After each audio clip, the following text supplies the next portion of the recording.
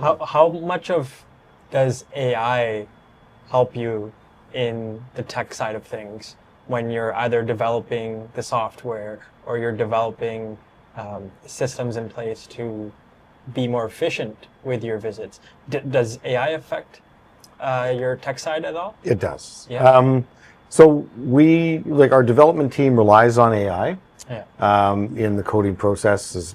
Would be no surprise probably to most of your audience. Yeah. And we leverage it. It's interesting. You still, obviously, when you get that information back, right, whatever AI is produced, you still have to go through the code, right? You still have to make sure you understand the code, right? Because when things go sideways or things work 1 in 10 times, right? Yeah. We're not there yet. We still need to troubleshoot, right? So I think it's really accelerated development overall. And I'm, very optimistic that as it improves, we'll see more leverage within development on AI. On the product side, we have some very strategic areas that we're focused on to leverage AI to continue to leverage natural language processing, and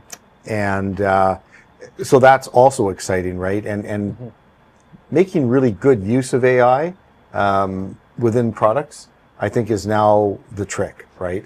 Where does AI fit in to enhance the product, right? And again, that's just like looking towards like the future, like you said, like what does the company look like in the future? Yeah. If you were to take like healthcare, for example, where do you think in 5 years healthcare would look like?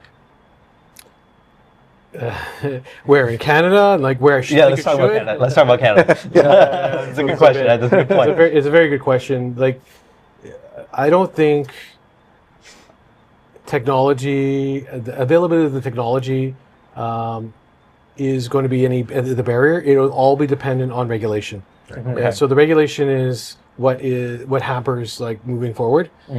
So if we can get across to streamline regulation, I think they're doing a great job of like they brought in like Jim Basile as the head of their innovation cohort group. They just had something a couple of days ago that announced what they were planning on doing. Okay. If they can get through to understand that these are things we can do and we should be doing them, and don't regulate it as much as you don't deregulate it so much that it can't be done. So they do have a can-do attitude at the top. I truly believe they do. The struggle for them is there's a huge government's a huge machine, and it's been around for a long time.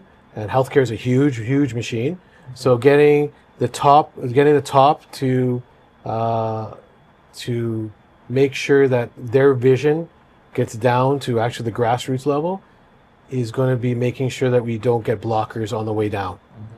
And why do you think people would block that? Like, what's the negative? No, it's just a big machine. It's like the Titanic, right? It's like, if it's a speedboat, you can turn really quick, or a jet ski, right? But this is a huge organization, and it turns really slow. And people are careful about the what ifs, and the what ifs are what if this happens or this happens or this happens. When they're talking about really 1 in a million things, and they're trying to protect for that. And I think we have to get away from the thought that, okay, we have to protect for the 1 in a million. Could it happen? Yes, it could happen. The 1 in a million, 1 in 100,000. But in not doing, what's the risk of not doing this streamlined, whatever it is, like healthcare, let's say virtual care. What's the risk in doing virtual care? Is there a risk? People overuse it and use it for things that aren't appropriate? Possible. Sure. But the upside is you're seeing an extra 11,000 people a month. You're saving 2,500 emergency visits. Is there going to be 1 or 2 people that are mismanaged because of they came to the wrong place and the provider didn't realize? Yes, probably will be. But we have to look at that based on the fact that you're having an extra 2,500 people not go to emerge. The thing that always kind of, being an emergency physician, I did peds emerge for 20 years.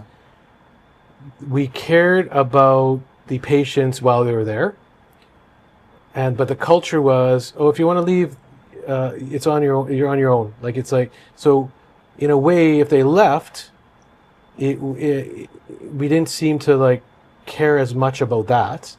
They could leave if they're having a heart attack if they chose to leave. But when they're actually in the department, we would be super careful about what we were doing with them. So we have to look at, like, I think healthcare as a whole, and not in these microcosms where we're just trying to make sure that nothing ever bad happens. Because when you do that, you're leaving so many people not getting care. Is that just set a risk tolerance though for the government, or is it's a risk tolerance? 100%. Yeah, 100% is a risk tolerance.